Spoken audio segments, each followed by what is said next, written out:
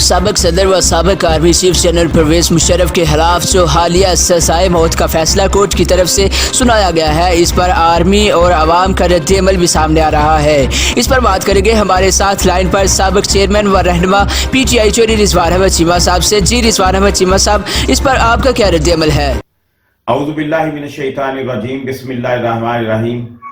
آج ہمارے معزز جج صاحبان نے جو سابق صدر جنرل پرویز مشرف کے خلاف فیصلہ دیا ہے، اس فیصلے کے اندر ہم بصیرت مسلمان اگر غور کریں تو ہمیں بے شمار مسائل نظر آتے ہیں۔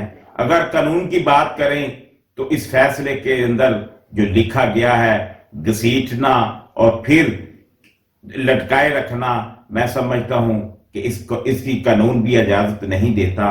اس لیے چاہیے کہ ایسے جج صاحبان جو اس طرح کے فیصلے دے رہے ہیں، ہمیں ایسے ججوں کا محاسبہ کرنے کی ضرورت ہے۔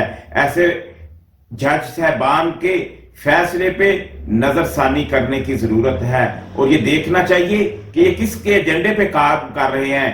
اگر بات کریں تو کبھی یہ چیف آف آرمی سٹاف کے حوالے سے، قانون سازی کے حوالے سے ہمارے ایک ایسے ادارے کو بدنام کرنے کی کوشش کر رہے ہیں جو میں سمجھتا ہوں کہ پاکستان کے اندر اگر پاکستان کی بقا ہے تو پاکستان آرمی کے ساتھ ہے۔ یہ آرمی ہی ہے جس کی بنا پہ آج ہمیں دہشت گردی سے چھٹکارا نظر آ رہا ہے۔ یہ پاک آرمی ہی ہے جس کے اندر ہم امن و امان کے ساتھ زندگی بسر کر رہے ہیں۔